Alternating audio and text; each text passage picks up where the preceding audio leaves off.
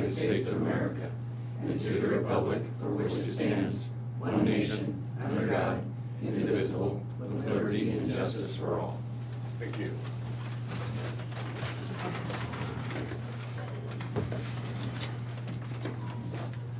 I'd like to welcome everybody to the Twain County Board of Supervisors meeting this May 2nd, 2023. Do you have any changes to the tentative agenda? I have none. I have none. Meet with department heads and elected officials. Kristen Pogomiller, Health Department. Good morning. We're continuing to be busy at the health department. We are still making some, setting up clinics at different sites for COVID vaccine, especially with the new vaccines that are available for people who are 65 and older to be able to get a second bivalent dose.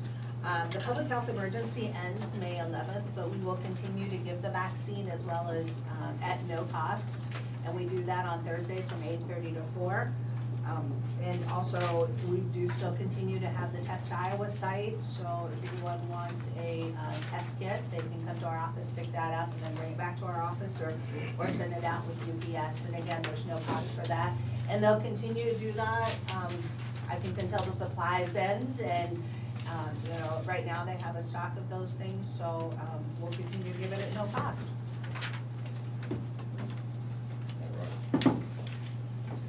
Questions?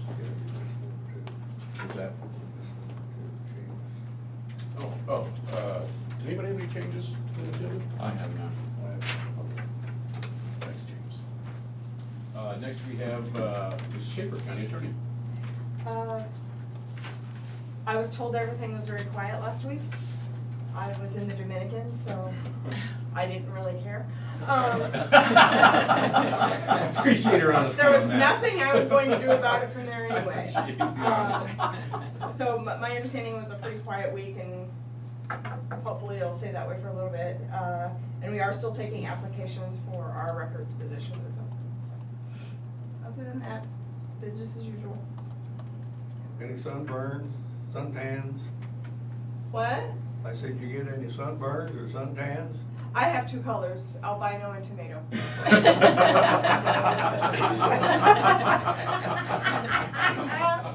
I come from good Irish, Norwegian, and German. So There you go. Oh.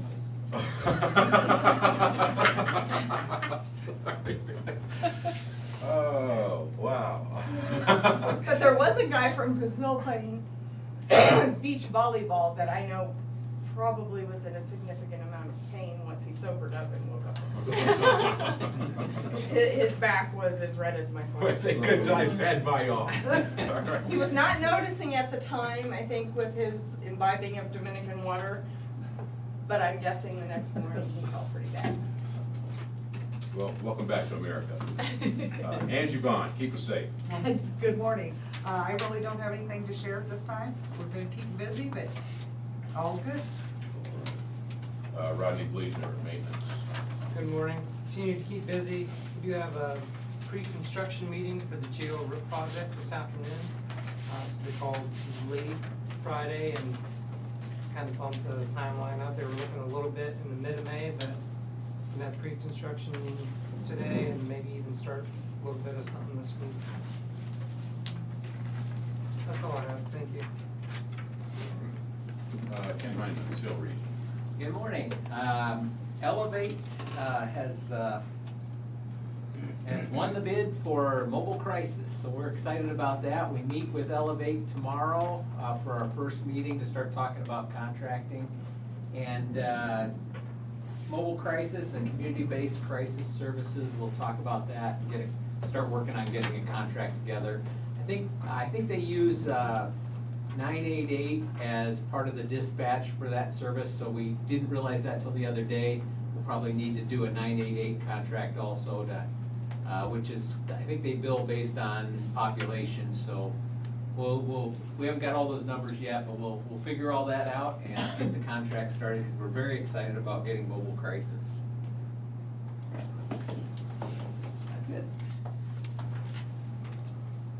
Good deal on mobile crisis. That's gonna be a tremendous blessing, so.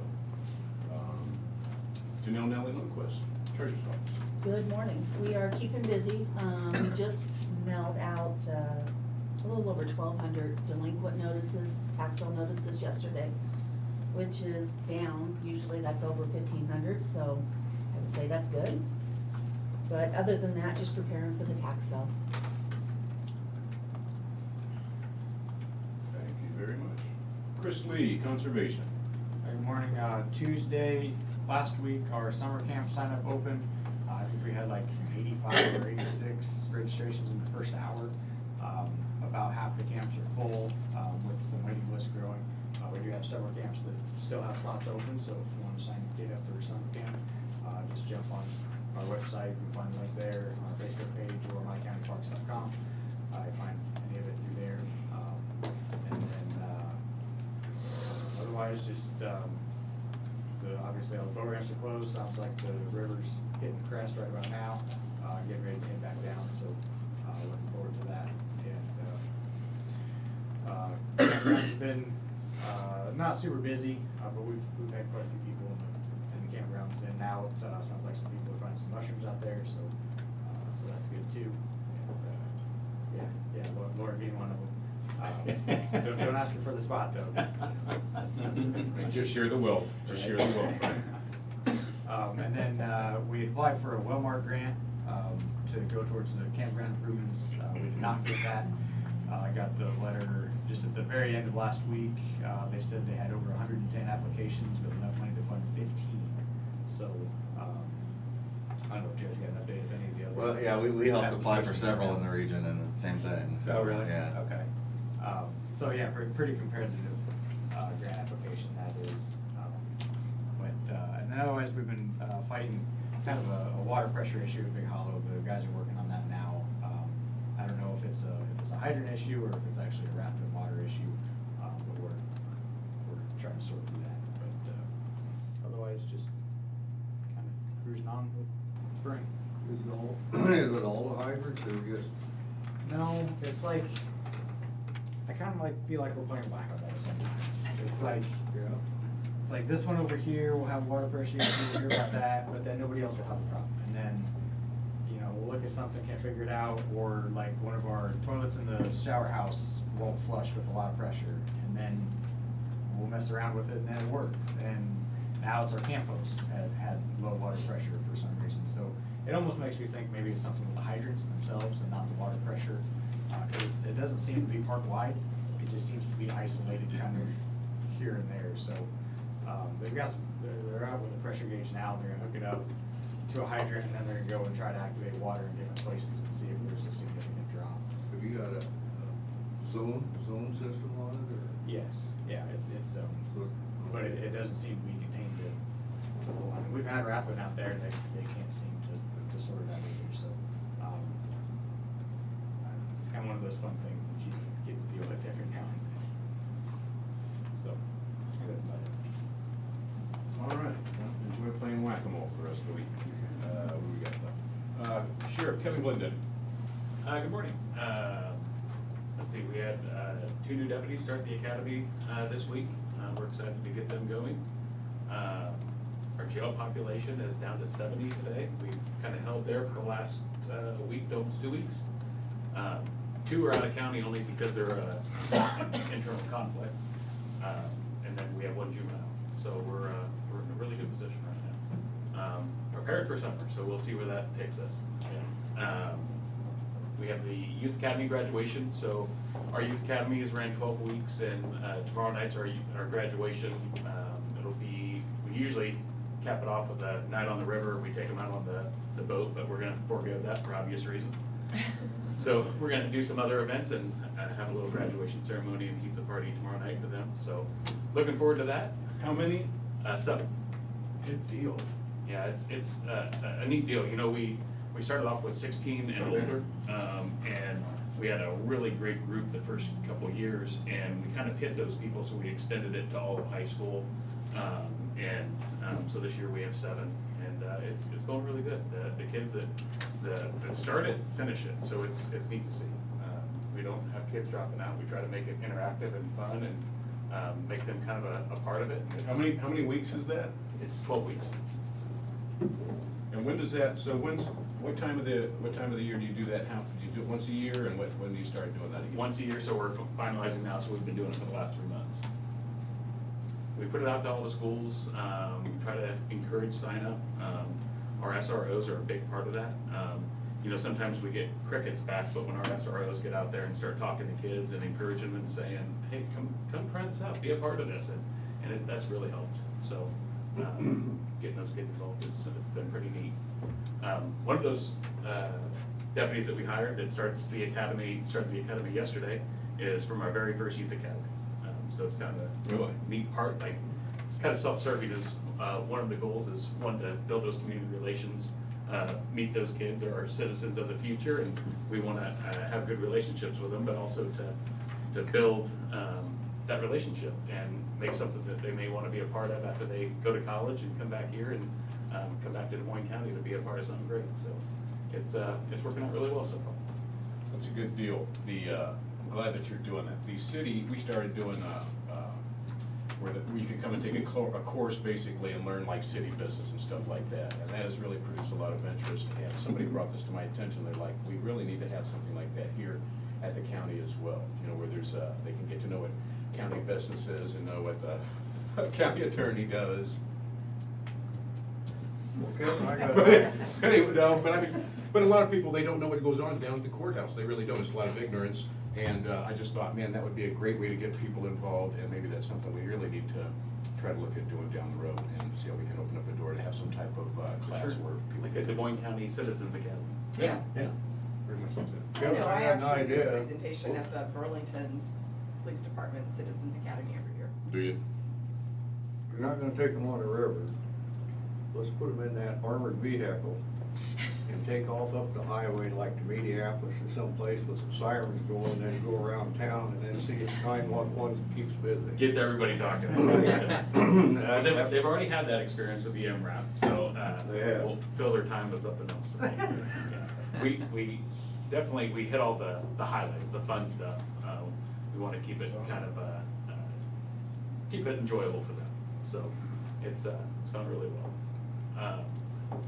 Other than that, boring stuff, we had a 911 board meeting last night, Shane was in attendance, and we just kicked off we're doing a radio communication study with a consultant, and that's for all fire and law enforcement countywide, just kind of looking at what the future is for our radio communications. Currently, we're on a pretty old system, UHF and VHF. Fire's on VHF, counties, or the law enforcement's on UHF, and we're just looking at some other options of what we should be considering moving forward to have better interoperability and communications between all agencies, including the State Patrol and State Department of Public Safety. So, just looking at some options there, and we kicked that off last night. Appreciate That's all I've that got, forward gentlemen. thinking. Good job. Were you gonna say something, James? Thomas? Colin, IT. Just keeping busy like always, but nothing really new to report. Who did I forget? Jared. Jared Lassiter, land use. Actually wanted to make a special reminder here today regarding the county zoning ordinance. So interestingly enough, this year happens to be the 25-year anniversary of when the ordinance was initially adopted, and back in March of 1998. I was 9 years old at the time. But yeah, well, I wasn't involved with it, but yeah. So in any case, the reason we want to bring this up today is, unfortunately, even that many years after it was first adopted, and of course we're specifically talking about the area within 2 miles of the city of Burlington. So unfortunately, there's still a pretty wide misconception that there is no zoning once you leave Burlington city limits. And we continue to discover zoning violations on a somewhat regular basis, where someone either starts or has already completed constructing a building without getting a permit first. A lot of the times it's residential, either they're building a new house, adding on to a house. Especially nowadays, a lot of detached garages and pole buildings. And part of the issue there is just the fact that a lot of the times it's different people that own it than owned the property back when this was getting the media attention back in the 90s. So when new people come in, a lot of times that information isn't getting shared.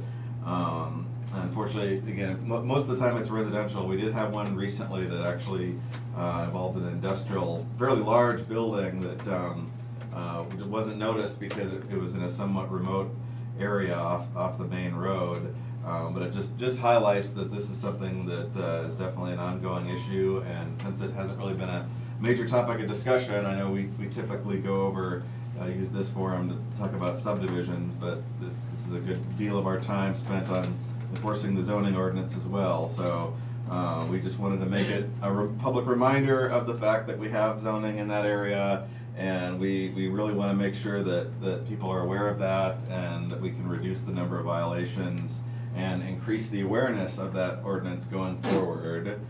Because we take no pleasure in having to follow up with people and give them extra penalties for not getting a permit beforehand. So if you want to build something, add onto your house, add a garage or shop or something like that all requires a permit. Basically anything that's non-agricultural and is in that 2-mile area. So we have information available online on the county land use website. The GIS website has a layer which shows where the zoning area is located, so you can see if you're in that area. Or even then, we would just encourage everybody to just reach out to us and just ask beforehand, because there's no harm in just checking and being sure beforehand, because if nothing else, you find you don't need a permit, and then it was just a couple of minutes of your time. So we would strongly urge you to reach in with Zach, James, or myself at the land use department if you were considering building something, just to confirm that no permits, whether or not a permit is required. So that's all I have for today. I think that was plenty. Thank you, Jared. Appreciate that. Brian Carter, County Engineer. Good morning. Chris mentioned floodwater. I guess we'll start with that. The water is up on the edge of Tamer Road. We are leaving the road open. I don't expect that to lead to too many complaints, because nobody out there wants that road closed. So we're just gonna let traffic kind of get through. We have some signs up to give them a heads up. And it sounds like it's only coming up maybe an inch or two more or something to that effect. So we will probably continue just to let traffic kind of creep through. It's not like it's flowing across there by any means. In fact, it's not all the way to Centerline at this point, so it's not a safety issue. But so with the reduced crest from what it was a week ago or something like that, that worked out to say that road can be closed. Sullivan Slough is still closed and will be for a little while. I guess on a completely side note also, I know when I build projects, I always kind of like to see them used and tested perhaps, and just Bob mentioned the amount of water down along the riverfront, but seeing the flood wall there and the gaps closed up and not seeing that entire area inundated and the cost and damage that comes with that, I think that's kind of interesting to see how that. I'd be curious to see what the city thinks of it when it's all said and done, and if they had any surprises or whatever. But so I think that's kind of interesting. But anyway, Project 99's just kind of slowly, they have some forms to strip. There's no big rush. The other contractor hasn't reached out to us anyway for the next phase. So I'd say everything on 99 is kind of just stagnant at the moment, which is just fine at the moment. And Bridgeport Road is still closed. They finished up some minor concrete work yesterday. They have a little bit of backfilling to do later this week. I'd say there's a chance it opens midweek next week sometime. I think the pavement marking crew is scheduled sometime midweek, and then they will go ahead and open it once the pavement markings are done. And then the week after sometime the seeders are gonna come down and seed, but they'll do that under traffic. So so hopefully by the mid to end of next week, Bridgeport will be open, and that'll be a good one to button up and get out of the way down there. How long ago did we start that? Started, I wanna say the first or second week of March. We were projecting the first week in June, so we're quite a bit earlier as far as it went very well. The weather, even though we got wet through there, the weather cooperated pretty well for pavement removal, which was the first 3 weeks anyway. So it'll be good to wrap that up. And other than that, plenty of stuff going on, but that's what we've been working on. Sounds good to me. You guys satisfied? Sarah? You just said that. I did, you forgot Sarah. That really hurts my feelings. You would think I would forget somebody. Sarah Marie, County Hi, Auditor. good morning. Just a reminder that the spring cleanup is still going on till June 10th, so take advantage of that. Other than that, just business as usual. All right, we appreciate that. Can I move on, Angie? Yes, please. All right. Any correspondence, gentlemen? I had none. All right, moving on to discussion and vote. First, we have A, which is OCIO MOU contract. Colin. So this is the memorandum of understanding between the state OCIO, which is the Office of the Chief Information Officer. And it's basically some understanding in terms between local entities and that office for them providing some security software services to us. We had a little work session about this last week, and if you guys have any more questions, I'll answer it, but can't move forward with it until we get it signed. I'll move to approve. Second. I don't have any questions. Moved in second. Sarah Marie. Jim Carrey, Yes. Tom Broker, Yes. Shane McCampbell. Yes. Nice job incidentally last weekend. When I left, I thought I understood most of it. Tom's the expert on IT after that work session. He learned how to turn his phone off and on. Good deal.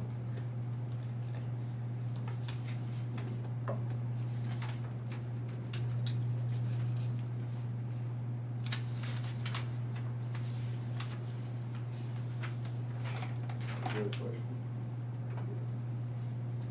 Colin, could you, like a nutshell, describe what that document is about?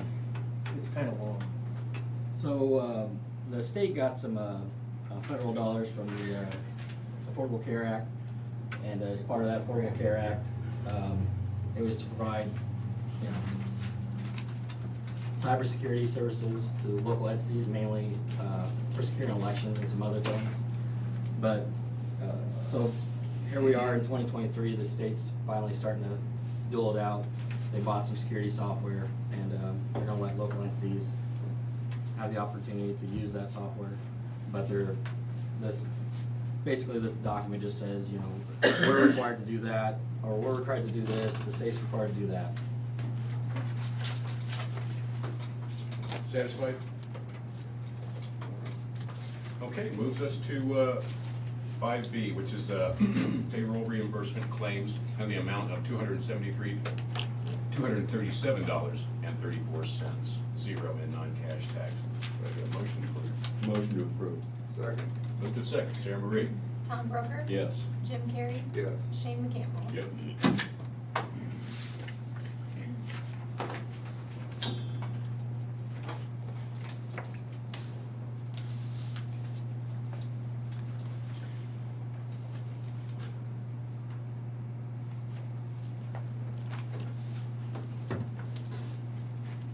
Next, we have 5C, accounts payable claims for the May 2nd meeting in the amount of $390,439.95 in checks, $0 in wire transfer payments. Get a motion, please. Motion to approve. Second. Move second. Sarah Marie. Tom Broker, Yes. Jim Carrey, Yes. Shane McCampbell. Yep.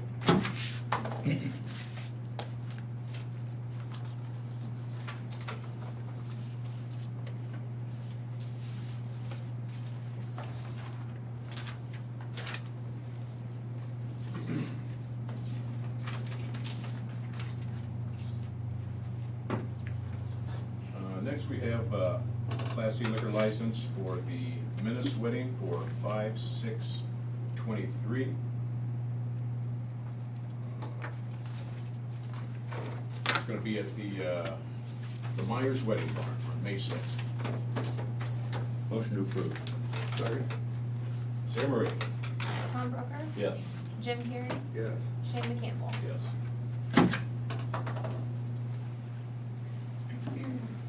Well, surprised it didn't say Born on the Ridge, most of them do.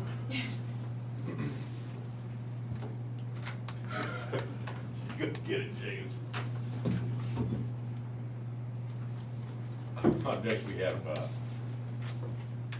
another Class C liquor license for the Wilkins Boyer Wedding. And this is for the Myers Wedding Barns for June 10th, 2023. Second. Moved in second, Sarah Marie. Jim Carrey, Yes. Tom Broker, Yes. Shane McCampbell. Yes.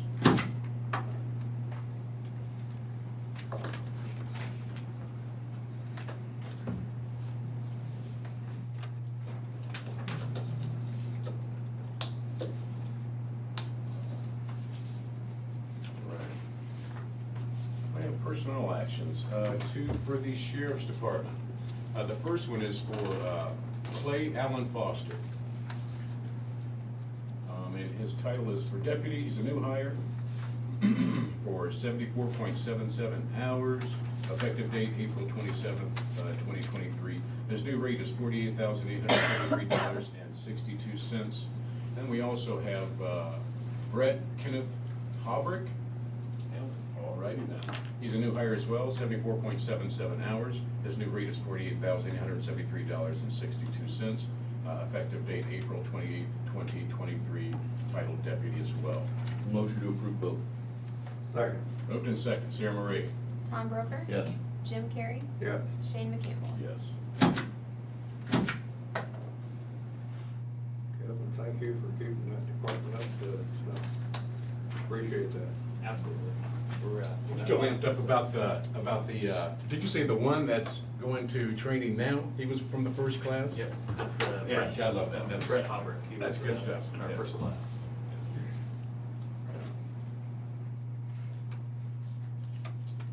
All right, 5G are the minutes for regular meeting on April 25th, 2023. Get a motion to approve. We'll move. Second. Moved in second, Sarah Marie. Jim Carrey, Yes. Tom Broker, Yes. Shane McCampbell. Yes.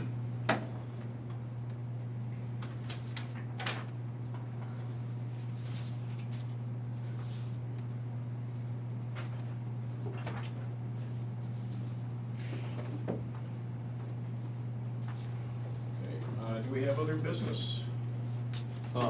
One thing, it's budget season in Washington DC. So one of the proposals for revenue is to claw back the unspent money from the American Rescue Plan. I think it would behoove the county to have some sort of resolution of, they aren't gonna come back and say you can't have a public health building.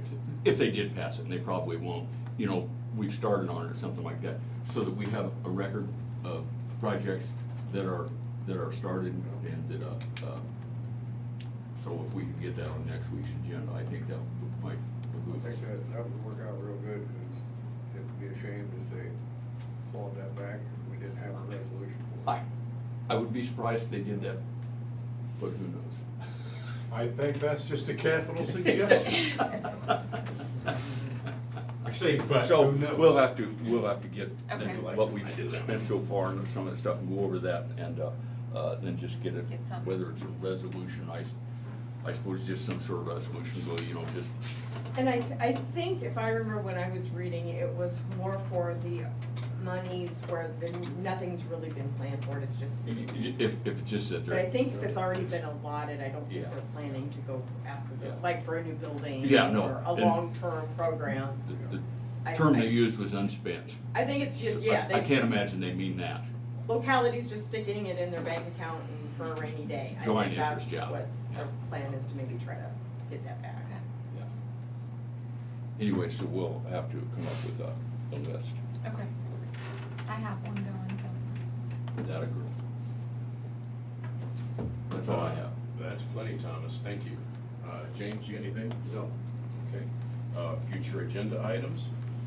Guess you covered that one with the resolution, Thomas. Anybody have anything else?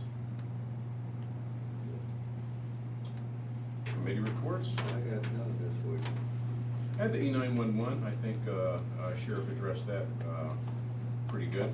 True North, they're the ones that are gonna be doing it. And hopefully we can, I think it's forward thinking. We just need to keep you know, keep things rolling so that we don't get surprised and that we're prepared when we can make a change. So anyways, Thomas?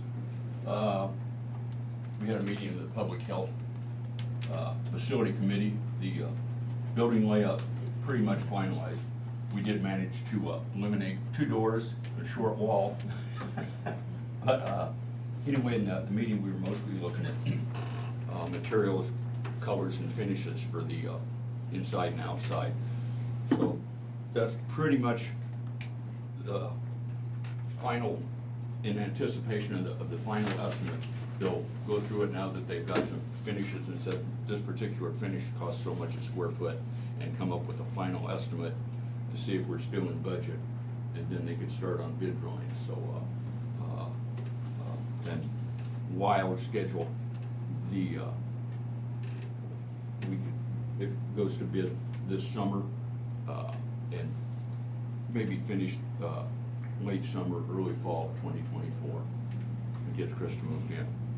That would be awesome. But that's Coming along. It's a pretty airy schedule, so.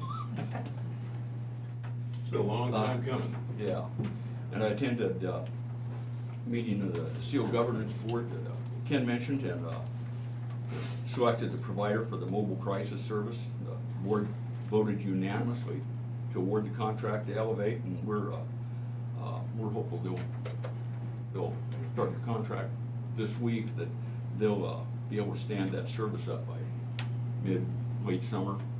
And as I've mentioned several times before, I'm excited about this too. And I attended a meeting of the Southeast Iowa Regional Riverboat Commission. We discussed the 2022 audit and renewal of the license and operations agreement. And that's all I have. Huh? That's a bunch. That's plenty. Good stuff, thank you. Fortunately, Krista was at the meeting, so they didn't have to ask Rodney on very many questions about colors. Woo-hoo! Thanks, Kristen. We appreciate your hard work. All right. Now, at this time, we'd like to have some public input. If you would like to send us an email, you can do that at board@dmcounty.com, or we'd love to hear from you, and you can call it Sarah Marie. We'll answer the phone personally at 319-753-8203, extension 4.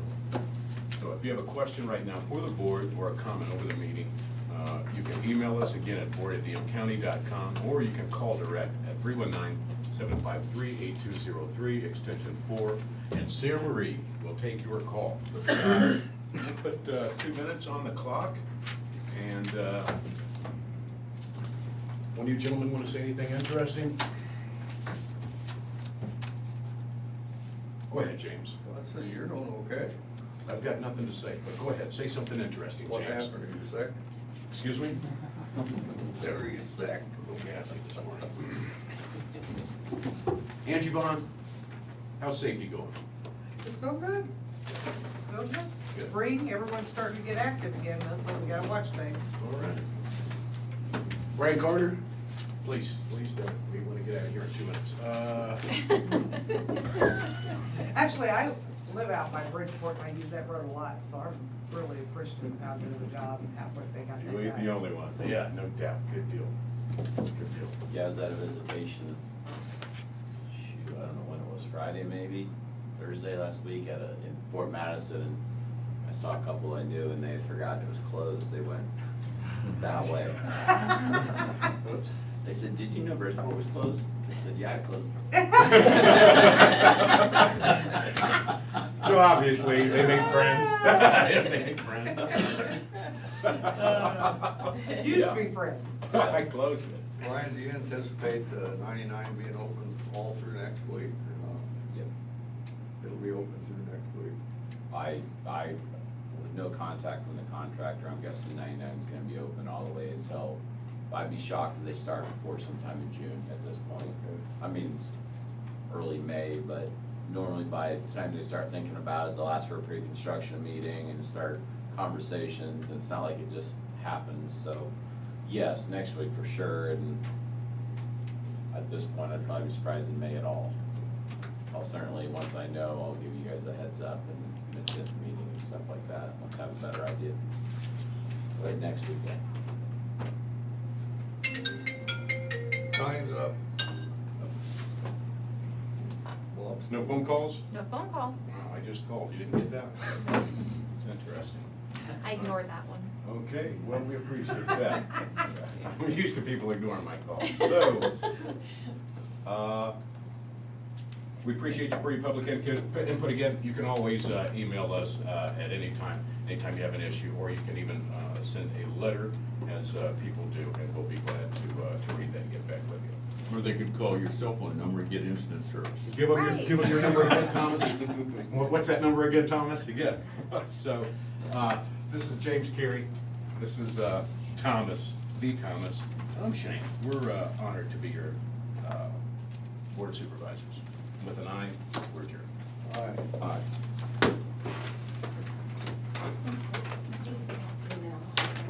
I'm still getting fresh emails. So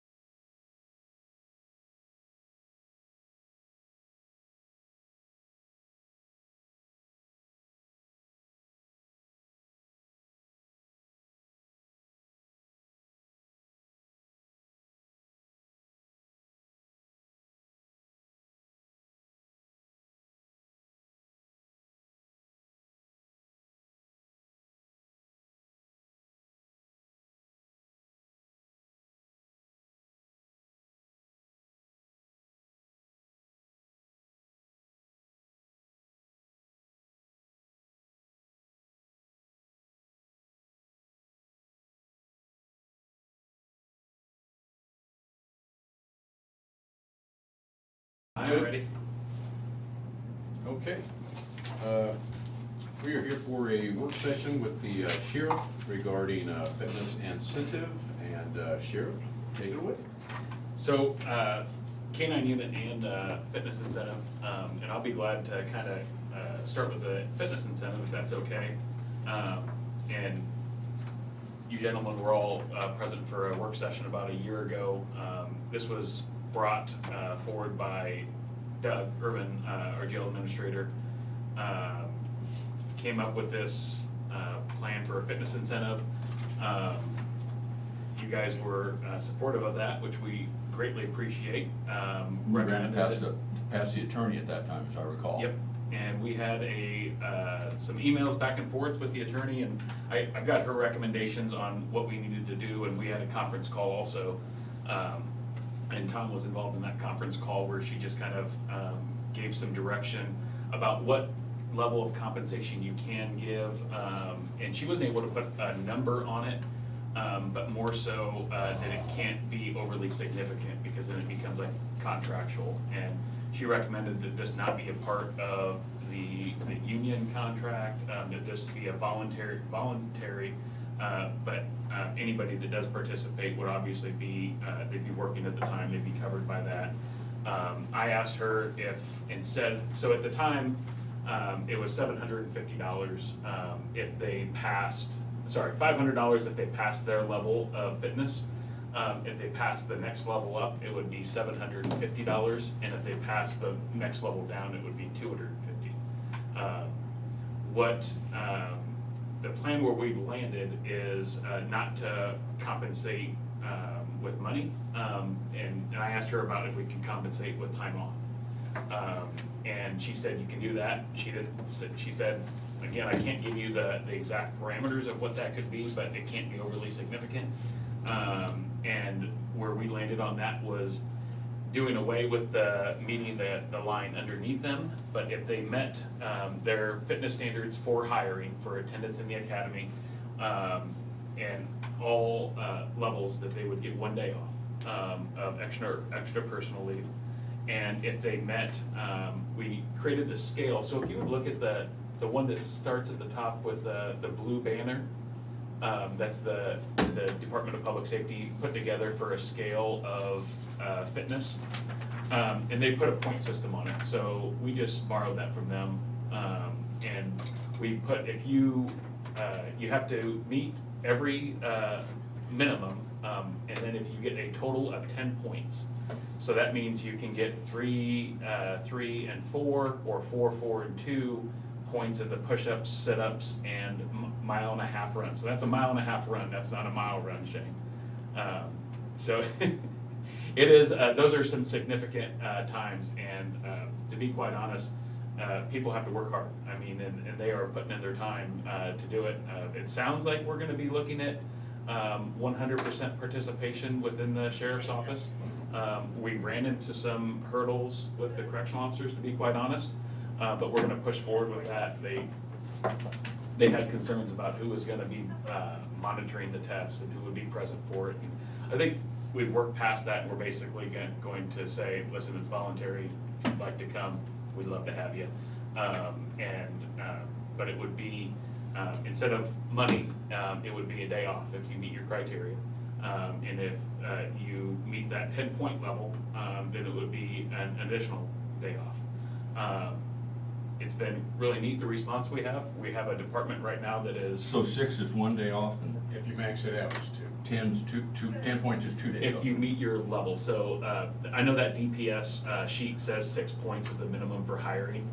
That's for the Department of Public Safety, but. Oh, okay. So the Iowa Law Enforcement Academy standard is as long as you meet the 1 point. So like a mile and a half for 20 to 29-year-old is 12:51. I believe the sit-up or the push-ups is 38, sit-ups or push-ups is 29. So that would be the minimum for a 29-year-old.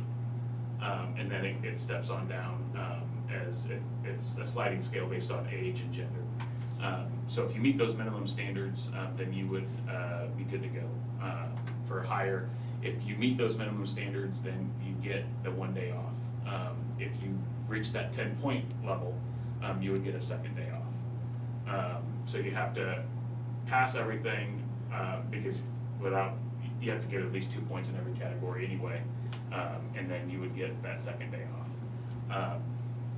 With that, as we've been discussing this within the office, kind of what brings us here today, is we were approached by members of our clerical staff and asked if they could participate in this. They discussed, brought up some good points about fitness and how it's important for everybody. Obviously, there's a hiring standard for law enforcement, even for the correctional officers. The correctional officers, this isn't their hiring standard, it's a different standard that they have to meet. But we were going to apply this laterally to them. The clerical asked if they wanted to, if they would be able to participate in it, and we have some clerical staff that I believe would be able to pass this. They're physically fit. There's one that did a marathon last year, and one that has always had a history of running. And to be quite honest, as I looked at it, I'm like, this is the fitness standard isn't there for clerical staff. But then in re-looking at it, it's also kind of a morale thing of them being able to participate and have opportunities that we're also giving to the deputies and letting them come and participate in this event. We're gonna all do it together. We're gonna do the run, push-ups, sit-ups together. So really what I kind of wanted to run past you gentlemen, with this not being it's office specific, it's not a contractual, it's not in the bargaining unit, it's days off as opposed to money.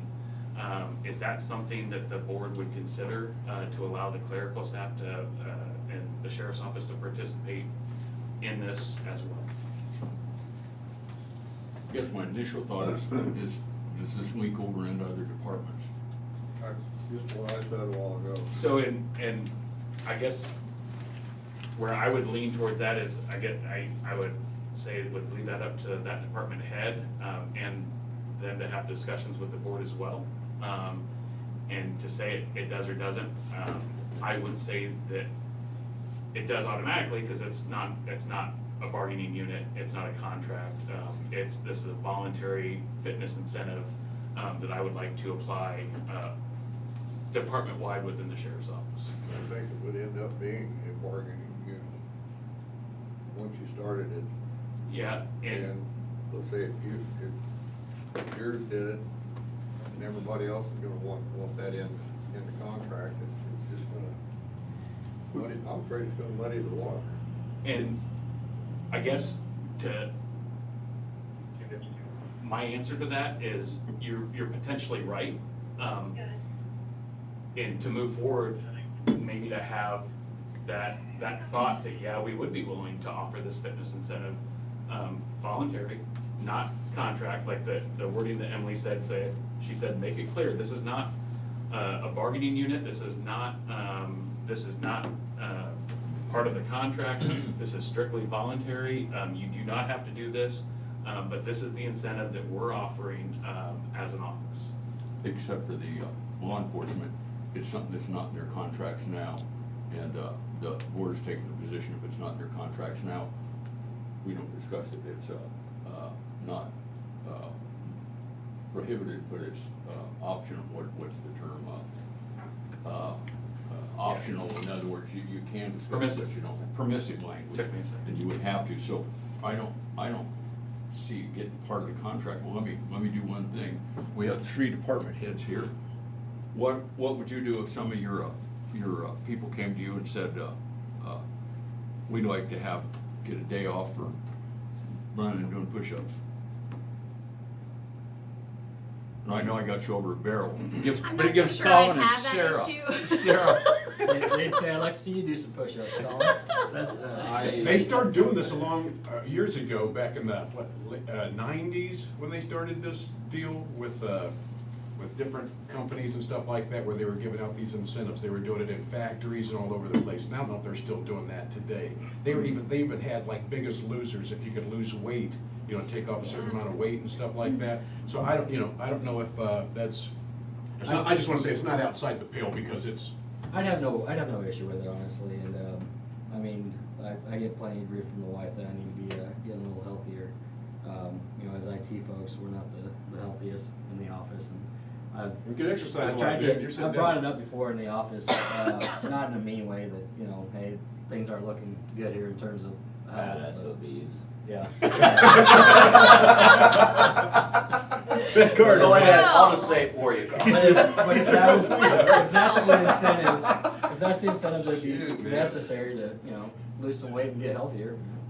Yeah, I think if it's health-wise, I don't It's think it'd cheaper be- on the insurance. It's true. I It don't- would be, You wouldn't have a problem with it, or you I don't know what you have in front of you, I guess, but, and that's fine, I don't wanna read it right now. I would say I would not be open to it if it was just my department.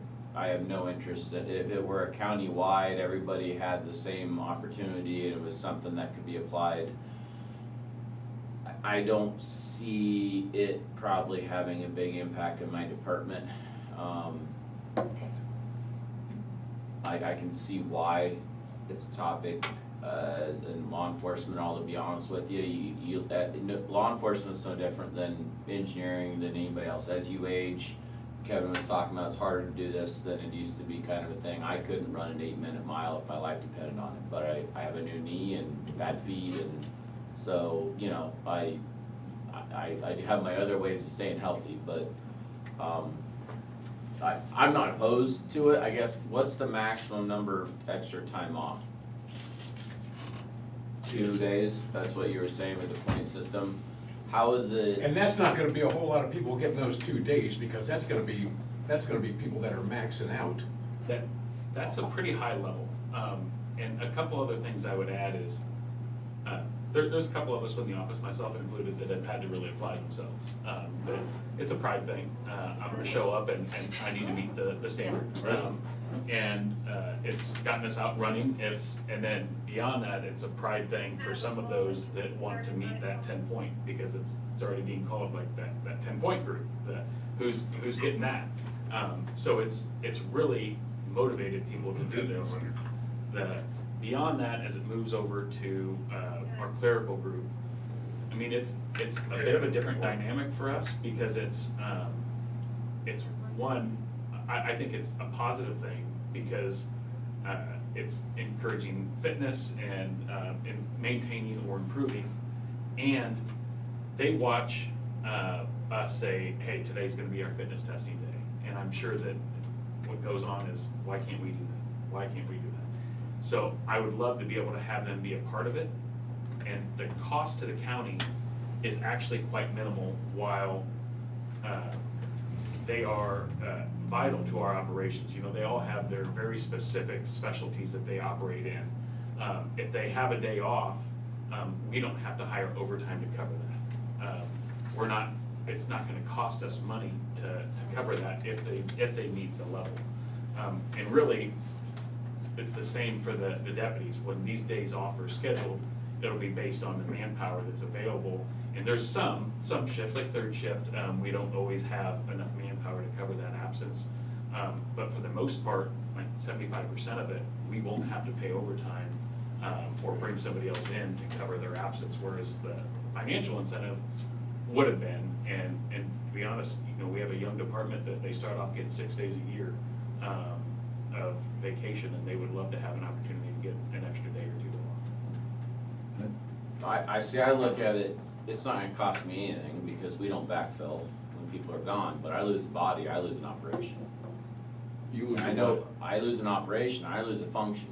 I mean, and I know you do too, I don't mean that bad, but a lot of our jobs are safety related and we pair up. Like if you're working roadside, you're gonna have 2 guys together. If nothing else, one set of eyes for traffic, one set of eyes filling pot. You know, you're driven by our patching crews, you always see 2 guys on a crew. You will never see a patching crew with just 1 guy. Well, that's not just because you need 2 guys to run 2 shovels. It's because we're always working in traffic, and so just like today, we were short of body because somebody was gone farming. So we threw somebody else in a truck, because that's a 2-man crew that you can't go do something with. And I know this is small, and it's only 2 bodies, and would we be just fine, life would go on. But I've always harped on, the guys always ask for comp time in our negotiations. And I've told them, I said, I've now conceded all the way to 40 hours. Seems like not that much, but it's taken them 20 years of my time being here to get me to concede up to 40 hours. They started with 16 when I got here. And I told them, don't ever ask again. I need you in the seat. You know, you get increased vacation the longer you're here. You can build up 40 hours of comp time in the winter. So it's How just. often do you got guys where you gotta fill in because guys are off getting surgery or a blown out back or something like that? How often is that happening? Because, and you can track this stuff, but you really have to start tracking it, but you can see, you know, how much that, just like, Sheriff, I mean, I've seen stuff, programs like this pay out dividends. I have, where we tracked it, this has been years ago when I worked at Powerbill, but you could see the numbers on how much it was, the savings that we were getting from people being healthier, and just like you said, now you gotta, it's a pride thing, you gotta actually start getting out and running. Well, everybody's not gonna want any of that action, but those that do. I'm not necessarily opposed to it. If the board decided to put it in, life would go on. I'd probably never say another word. I just want, my thing is it's another day or two off if they meet it. And I gotta tell you right now, when I'm hiring, I'm probably looking for different clientele in a different group than Kevin is.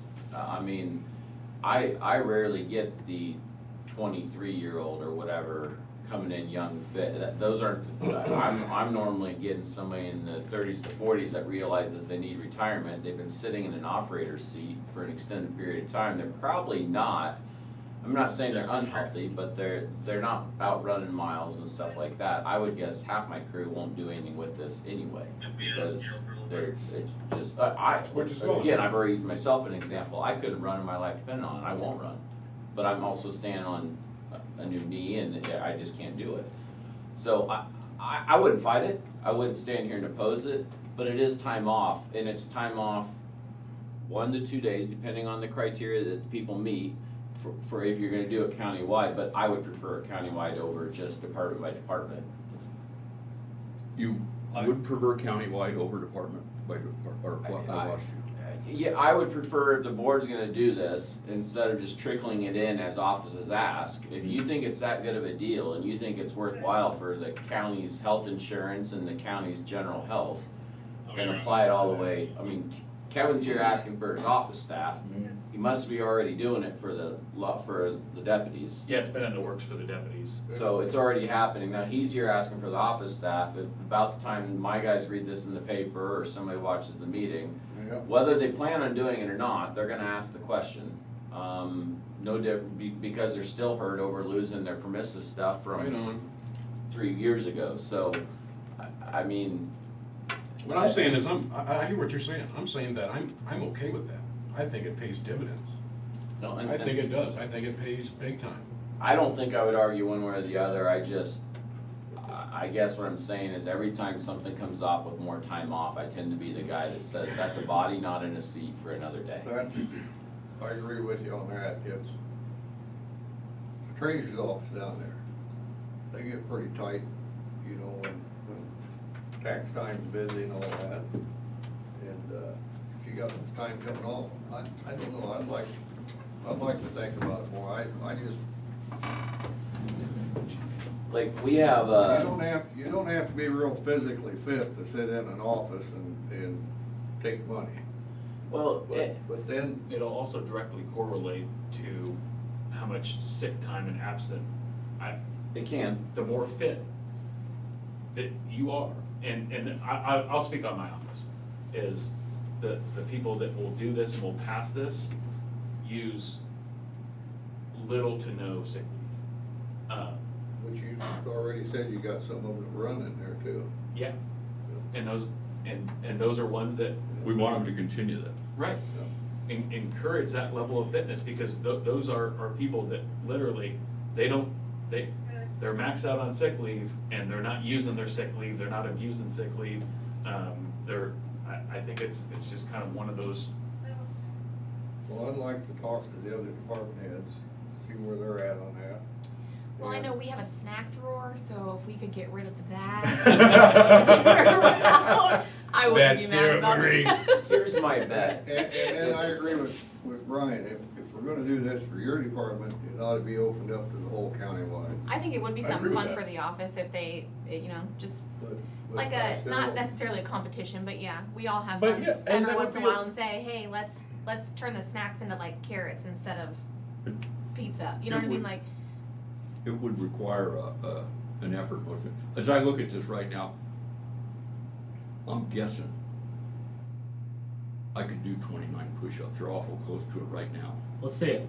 Hear me out. Let's also Hey, talk he about, can do it, I'm sure he can do Work those. session. That'd But be good. I- let's also but I talk about what can't you can run. deadlift. Well, yeah, but I can't If do you that. pass out before the 29th. But and I don't know, but I'm just saying, and the run, obviously I can't run, I've done sit-ups, I don't remember the last time. But for most people, if you're gonna do that and you don't work out, you have to make an effort. You aren't just gonna say, well, they're gonna do it Wednesday afternoon, and I'll do it Wednesday afternoon, then I've got a day off, and the day off would be, they have to schedule that with the department head. Well, it'd be like any other time off, that's the other Right. thing I was gonna mention, like, okay, so our personal days, we get 3 personal days, I don't think we're the only department that gets that. We shifted that deadline, those are use it or lose it, those are not get to carry over, those are not bounds, those are literally, there's a black and white line, and I have taken them away from people because they didn't use them. That's, to me, I assume that's the way it's set up, but ours are set up to expire in June, or in July kind of a thing. And and I also have it written that our guys have to use, if I request it, they have to have their comp time used down before like October, November. So that's all I would say, is that's the way I would start looking at it, is how is it structured? I would wanna use it or lose it, and I would want it to end sometime like in the June to fall, so that those aren't on the books running into the winter time. Carryover. Cause that's when it's hard for our guys. Our guys show up during the winter, but it is hard to take time off in the winter if you get a busy winter. So we've done some stuff to try to allow them to use those days when it's not so busy and not having them dead end in December or something. So some of that structure is something I would look at if the board was gonna do this. Again, it's not something I would fight over. I would guess it's not going to be a major impact, cause summer people aren't gonna do this. Even the sit-up push-up, the deal's the 1 mile run, or 1.5 mile run, because you're gonna have to work at that. You aren't, if you haven't run anywhere for 5 years other than from, to the bathroom, it's gonna take some effort on your It's own not time. an easy run. I would think you have to take a little effort on everything. Nobody's just gonna get down and do a push-up, and you haven't done a push-up in 10 years. If you get the natural ability to do one of those categories, you're probably not gonna meet the others without working. I mean, The structure that you're talking about, I agree, if you're gonna do this, this is gonna take them out at work for a day to do all this. And An then. hour and a half. Huh? An hour and a half. An hour and a half, but after they run that mile and a half, they're gonna have to go home and shower and everything else. Well, to be honest, we're gonna do it at the end of a workday. Yeah. That would be kind of the At the plan. end of a workday, that's what I would say, because, and then if they get earned their 2 days off, then that would be 3 days if you use them the whole day, so. I guess I haven't seen anything on it. At some point I would wanna look at it to have a better. I'm not against being healthy, I'm worried about the workforce. I think it's a very and I am too. I think it's a very positive thing, and I'll speak specific to our office. I think morale is extremely important to maintain, and to be able to give, I guess, some of that opportunity, and that's one of those things that I guess I want to express is, while I'd be in favor of doing it countywide, the difference that we have is that they do work hand in hand with our deputies and correctional officers, and they see those things a little bit more directly, and I would just love them being in the same office for them to have that same opportunity. It would be helpful to us to maintain that.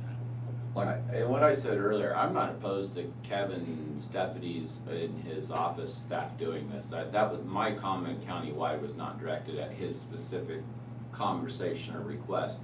It was, be prepared for that, because about the time somebody in Sarah's or somebody in my office comes and sees this and starts asking, you should be prepared to possibly take it countywide, because otherwise it just becomes this. So I don't have a problem with them having, I couldn't care less. If it's good for them, I have no problem with that. I have no problem with it for the for the deputies and jailers. I think that's a good, and I think it's important to the job. As far as the extend it to the rest of the county, and I'm not, a couple of things, I want to talk to Emily about that, see what, you know, what the implications of that are. And then I guess if, I don't see, you know, in a lot of places, I don't see, you know, a lot of people lining up to do this. But I don't think that, it hurts. I guess I'm not so much troubled by the day off. I would like to talk to Emily and see what if we extend this to, Kevin's office personnel or the county office personnel, what's that look like and what problems does that create? If we're gonna go to this, is that, just let's think bigger picture, because, you know, if this were to go countywide, and this is probably completely muddling up where Kevin was going with this, so that's not my intention, sorry. No, carry on. But could there be a central point where they could go do these tests or do this whatever, or is this something where it's like PE class where I have to stand there like the PE teacher with a stopwatch or counting push-ups, or is that that's how you guys are doing? That's what we're gonna do. It's look here, it says somebody holds your feet during the sit-up and the, Well, now it's starting to sound a bit like a pain in the ass. But, well, I mean, if we've got designated times and days to do all this, you know what I'm saying? I mean, dude, it'd be just like, if you had we've got a meeting, a safety meeting, you know, if everybody be back at 3 o'clock. You know what I'm saying? I mean, stuff like that goes on, so I mean, I don't. And that's why you would do it. I suppose you would have to do it right after work or in the last hour of work or something. You don't wanna lose a day. just if the test would be offered out, we'd probably have to, I don't know whether there's anybody in the IT office or the auditor's office or the treasurer's office who wants to count push-ups. Well, If Yeah, did if you do wanna have- come over and do our if testing? they could. We'd be glad to administer. You could probably send somebody Like over a when competition between offices. the, a lot of stuff to figure, or, yeah, I don't know anyway, where you're going. I'd wanna talk about that a little bit and talk to Emily. What's your idea there? I was just gonna ask you, Jim, you gave a little statistic there last week. What's the county rated for unhealthy in the state again? We're like the bottom We're 5%. the 85th out of 99. So I don't think this is too bad of an idea. I think it's a great idea. Well played, But Colin. a lot of that's got to do with STD. So we're gonna. Yeah, all these healthy people will be more likely to. One step at a time. That's a different test. I think this conversation is That's expanded the beyond. big thing now. I think get rid of your STD, you get a day off. Yeah. Where are we going here? Where are we going here? I guess ultimately my point, you know, going back to what you were saying with the Yeah. statistics, that was pretty disheartening last week. So Yeah. anything we can do to get people That's a strong number, man. See, that takes up like, that takes many different factors in, like your, child, you know, your children living in poverty that don't have the right food source and everything, and it goes right down the line. Do you think, though, that if those same people started to apply themselves to meet a certain level of fitness, that Them people that- don't work for the county. but that would start to correlate? And I'm saying Yeah. group-wide, that if they have goals in mind, to me, our biggest struggle, whether we're talking about county-wide health or youth, is that there's no vision for the future, there's no goals in mind. It's all this short-term social media likes and dislikes and all that, and it's not, I'm focused on college, I'm focused on my grades, I'm focused on this physical fitness incentive, I'm focused on being a homeowner or getting married. It's all very short-term, and I love the idea of having goals. I think having more of this vision of what I wanna see happen in the future is better for whether it's the deputies or it's the clerical or correctional officers or population-wide for all of our citizens. This is very specific to our employees, but I think those goals in mind and being part of that are a positive thing. Let's do this, because this is deserving of discussion. Let's ask Kevin if he would, he's already got this written out, send that to Emily, and maybe you want her to take another look at your policy, and then say, what would that look like? Good or bad, or something like that, if that was extended to all county employees? And see what she has to say, and then, so if she's gonna rain on it, we might as well get that done before we have any sort of an Right on. extended Right discussion on. on it. Bring that back to us, and if she doesn't rain on it, then maybe we want At least have further discussion. a further discussion on it. You know, I think goals are. You're all right. I'm All right, bro. I was gonna be a millionaire by the time I was 20, and I'm working on my 45th one right now. Still haven't got it. It's 45th million, anyways. Yeah, but you got rid of your STD. Give him a day off. What about the canine? That's the problem, that's the problem with healthy employees. So I will send Emily an email. I don't have her new email, so I will reach out to you I for will, that. I will get that information for you. I wanna go back to originally though. I think there's a lot of people, maybe I won't just say unions, but a lot of people that look at other departments. They have this, they have that, they or whatever. This makes a lot of sense, especially for the deputies, and correctional. But for that office in general, I know because you have, I'm assuming all women, but that are working more or less side by side with these deputies, and that is a morale thing. When one group stares at the other group and they get something they don't have access to. I think there's a problem when everybody keeps looking at other departments and wanting to point their fingers and say, they have that, why shouldn't we have that? I mean, so where I wanna go back to, if in the end it just ends up staying and the office folks in the office get to share the same thing that the deputies get the opportunity to, I don't think that's the bad thing, and I don't think it's the end of the world that it doesn't go countywide.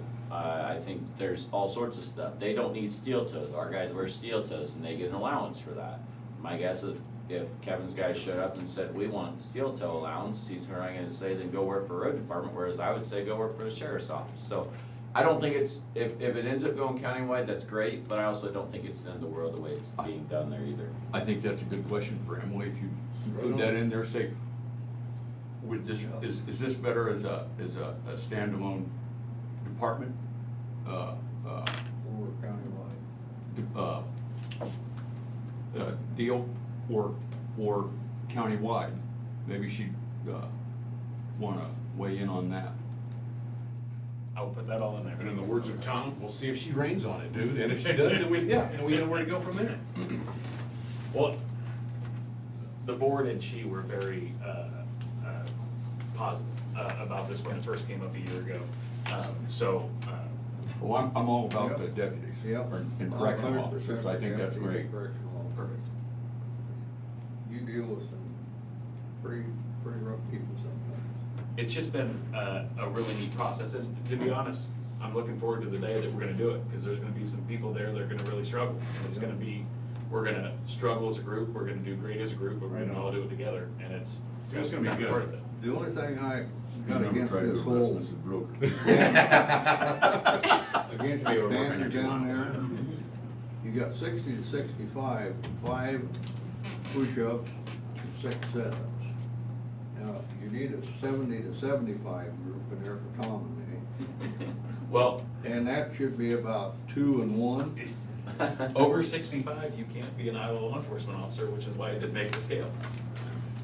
Oh, really? Yes. And a career you can cross off the list, Jim. That opens up for discrimination, that's a lawsuit.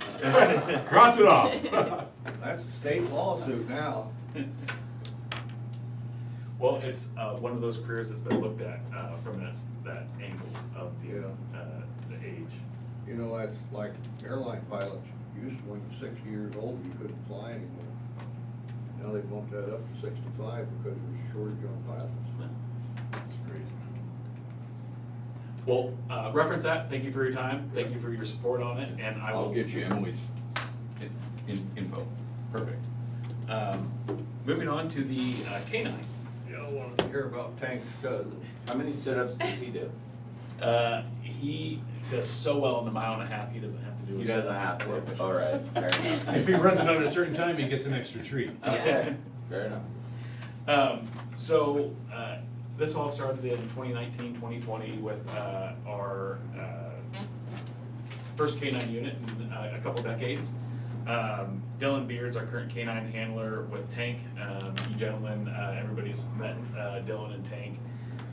It's been an amazing success. It's gone very well.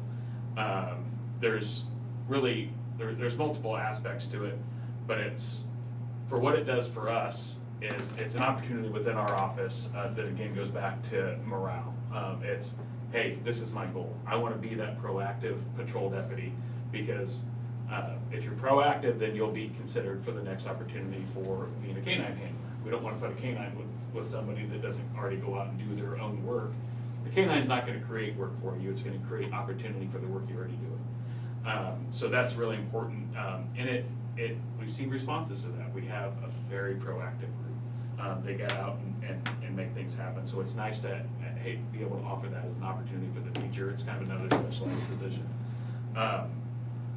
Beyond that, it's great for community relations. So we've used Dylan and Tank there's 3 or 4 parades that we do every year. We do the holiday parade, the Mediapolis parade, West Burlington parade. He's the grand marshal in the parade of pets here next week or the week after for the it's the farmer's market. More people know Tank than me, Yeah. I'll tell you that's for sure. He steals the show. He shows up, and I love it, because then I don't have to try to fill it with me talking. So having Tank there has been a big help. He's done community presentations to local community organizations, the youth leadership group for the Greater Burlington Partnership. He goes into the schools at least annually as a public relations. Meet the kids, come and talk to them, they get to pet him. We also do school checks. We'll run dog sniffs, and we do that annually as well. We've done 4-H events, we do National Night Out. And basically, everything that we get asked to do, it goes to Dylan and Tank, because they're really the most popular members of our office. So it's been great on that side. The other side is the interdiction and deterrence of crime. So the having a K-9 unit out there that is making vehicle stops, that is able to create that probable cause to be able to search a vehicle because of the odor sniffs and being a certified dog in that level. We find illegal drugs, and with illegal drugs, more so we find illegal guns. Unfortunately, they tend to go hand in hand, and that's been a great interdiction. We find crime, but also the side effect of that is the crime deterrence. So it's the perception that if I do something illegal, I'm gonna go out, I get stopped, there's K-9 units, there's interdiction officers that are going to stop me and potentially search my vehicle because they have a K-9 available, find illegal items, and I will get in trouble. So the best thing that, the goal of law enforcement is not to have this high crime rate of, look how many arrests we've made, look at how full our jail is. It's the low crime rate that is the deterring of crime. It's the officer presence and the perception that if I go out and do something, that there will be consequences, I will be caught, and there will be a punishment for it. So with a K-9 unit, it's a force multiplier that allows us to increase that level of deterrence, because it gives us this additional opportunity to run dog sniffs, to go around vehicles, to get those searches.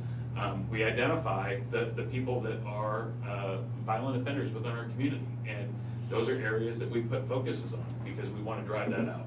We want to make Burlington, Des Moines County as a whole all better. I kind of go down a rabbit hole with that because of how important that is. The call for a K-9 by all departments countywide, and it goes back and forth. Burlington has a K-9. If Tank's not out, then we'll request that dog, and we've requested Clay and his K-9, Officer Beckman and his K-9 to come out and do sniffs for us, and vice versa. So it's been very helpful, and those two dogs together coming on at about the same time has been a great deterrent. Moving forward, what brings us here today is what I would like to do is implement a second K-9 unit. So, financially, we do fundraising and take, just unsolicited donations. We do an annual golf tournament that's specific for raising funds for the canine. We do that, in partnership with the Burlington Police Department. We split those funds that are raised. That's anywhere from like $6,000 to $8,000 that we bring in annually on that, golf tournament. Right now, we have I'll call it the pooled cash account, but a total of just shy of $20,000. It's like 19.5, in this, essentially a savings account, that, is earmarked for, the future of the canine unit. That money, would cover the cost of a canine, and the additional, the cost of the canine would include the purchase of the dog, and, depending on what group we go with, would be a 5 to 10 week training program. So the purchase of the dog, it's all $1. So the 20K would pay for the dog and that 10-week or 5-week, whatever. Yeah, right now, the few options, the select options we're looking at is right between like 14 and 16,000, is the cost for the dog, and that training of the handler. The additional cost is, we're gonna be building, multiple vehicles this year anyway, but there are additional costs to build a canine unit.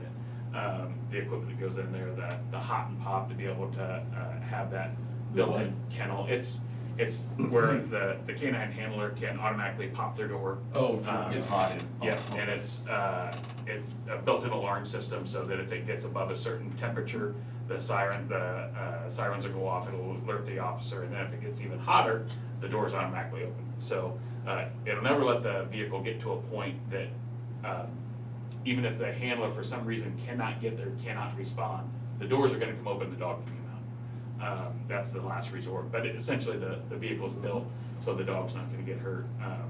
You know, historically, more dogs are lost to heat exhaustion than any kind of force issue. And the technology that's available is just amazing, so that we don't see that happen anymore. But How much extra is it for the canine vehicle? so the canine vehicle will be an extra cost of like $3,000 to $4,000 for that insert. That's above the cost to build a standard patrol vehicle. That's those additional costs for those inserts. Would you So- say 3 to 4? 3 to 4, yeah. So that would eat up, pretty much where we're at that 19,500. We're doing another golf tournament this year, that'll be split.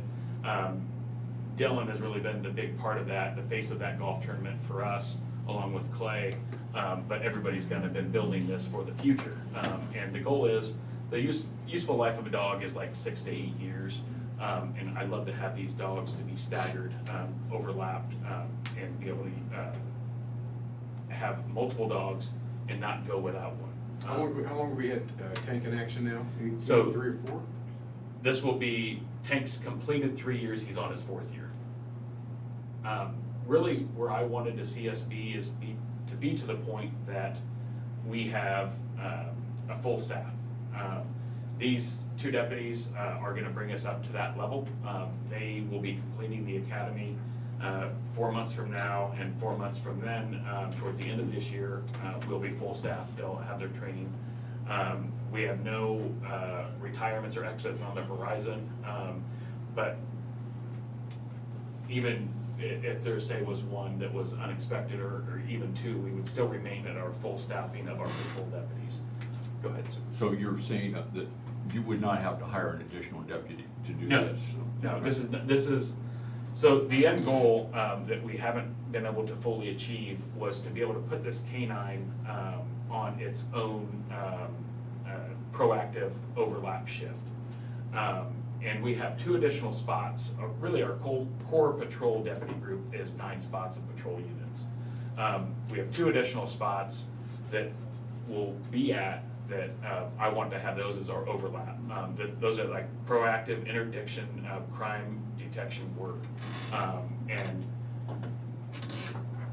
currently, because our K-9 Deputy Beard is on an actual manpower shift, we put into the contract, it's fair labor standards, that you have to compensate them for at-home care for a K-9.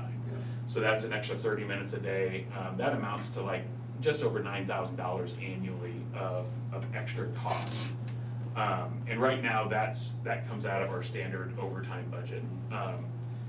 With putting them on the overlap shift, what the contract allows us to do is reduce that by a little more than half, because instead of getting compensated for complete at-home care as overtime, we can give one what's called a Kelly day. And the law enforcement, it's a standard where it's an additional day off to compensate for that at-home care with still some compensation for the at-home care. And I apologize, but you're gonna have to go through that slower again. So now, today, it costs about an additional $9,000 a year for the, I remember going through that they had to be paid for this, and that. Yep. For feeding the dog. So you're saying if we had 2 dogs that, run through that part So again? worst case scenario is if they were on an actual patrol shift, that at-home care would be $9,500. Where we're going to be with manpower wise, for the math of it, it's 30 minutes a day times 365 days is 182 and a half hours. So the other way that we can compensate them when they're on this overlap shift is to give them 1 8-hour Kelly day per month, which is 96 hours off that 182 and a half. Kelly day is like a comp time? Yeah, it's not comp time, it's time for time. So they would essentially be compensated for 96 of those hours annually by 1 day, 1 shift a month. 12 times 8 hours, 96.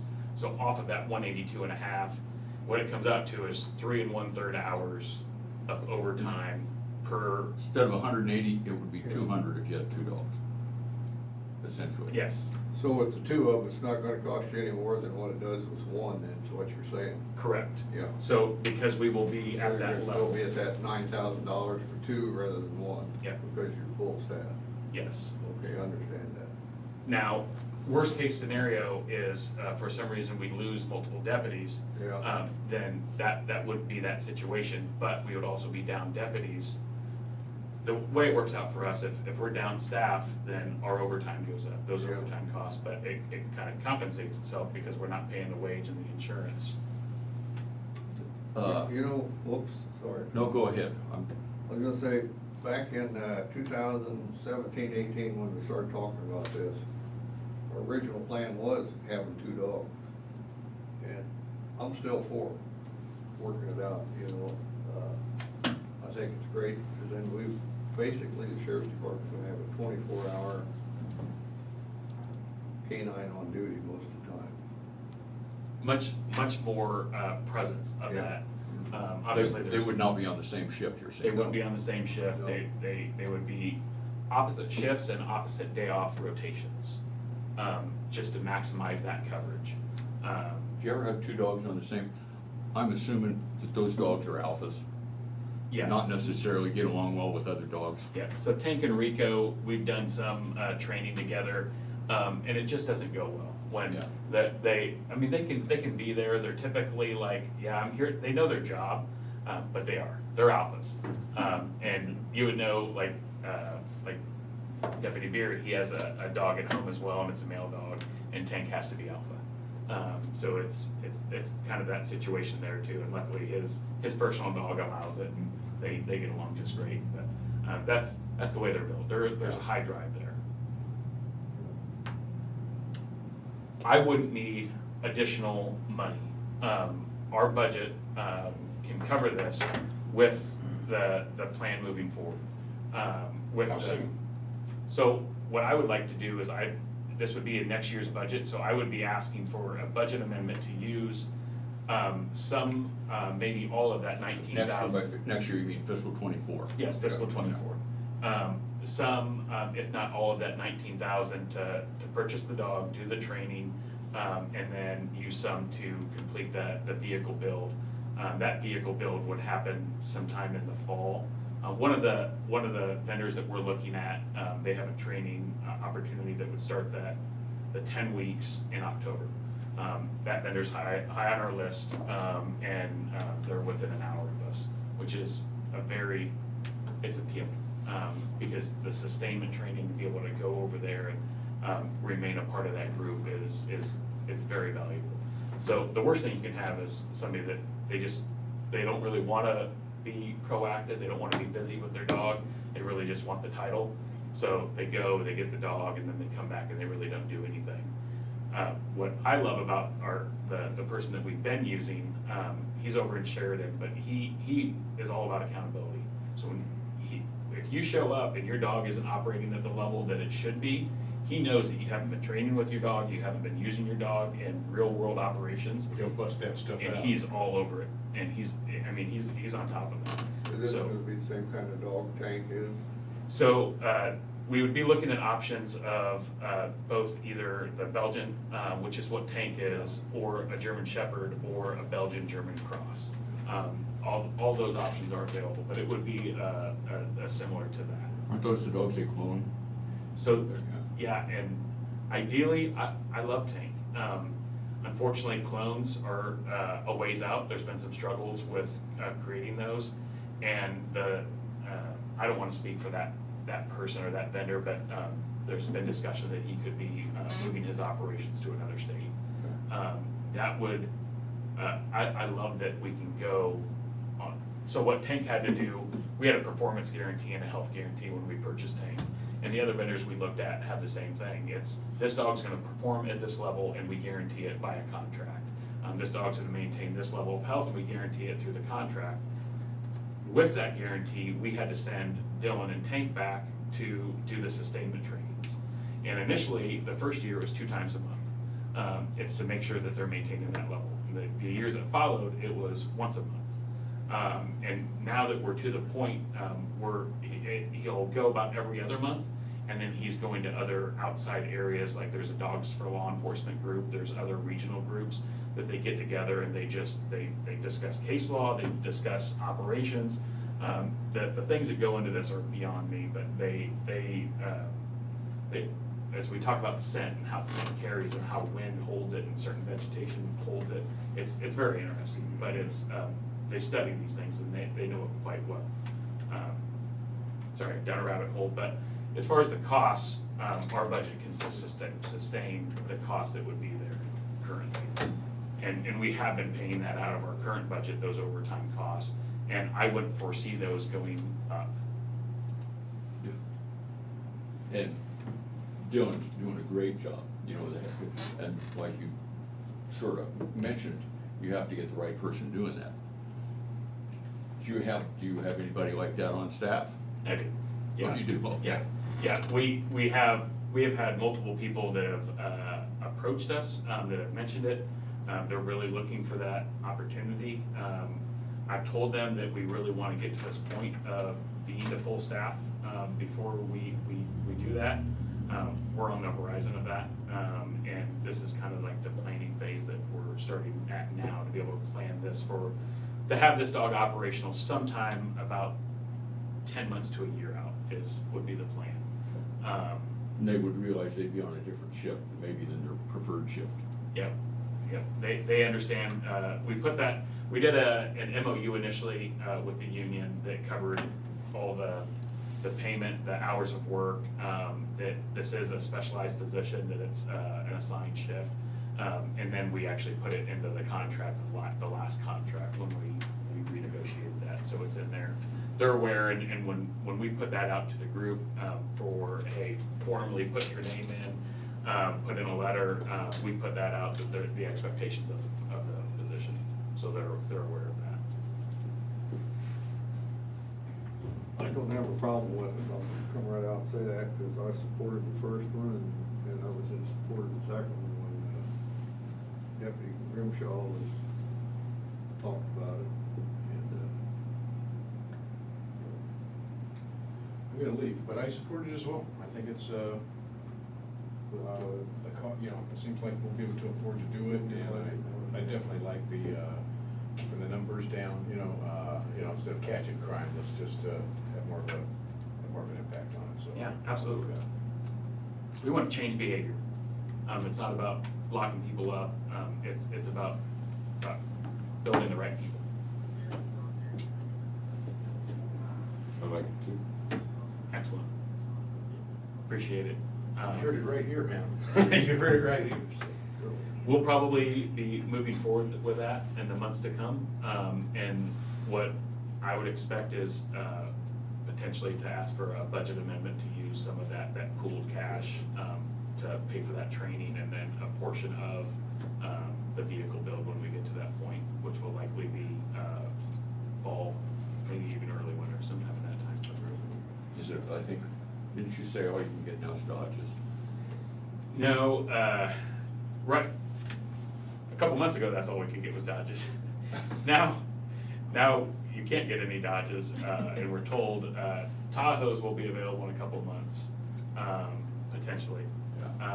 We're told that the Durangos are maybe going to be ending their pursuit line, which is unfortunate.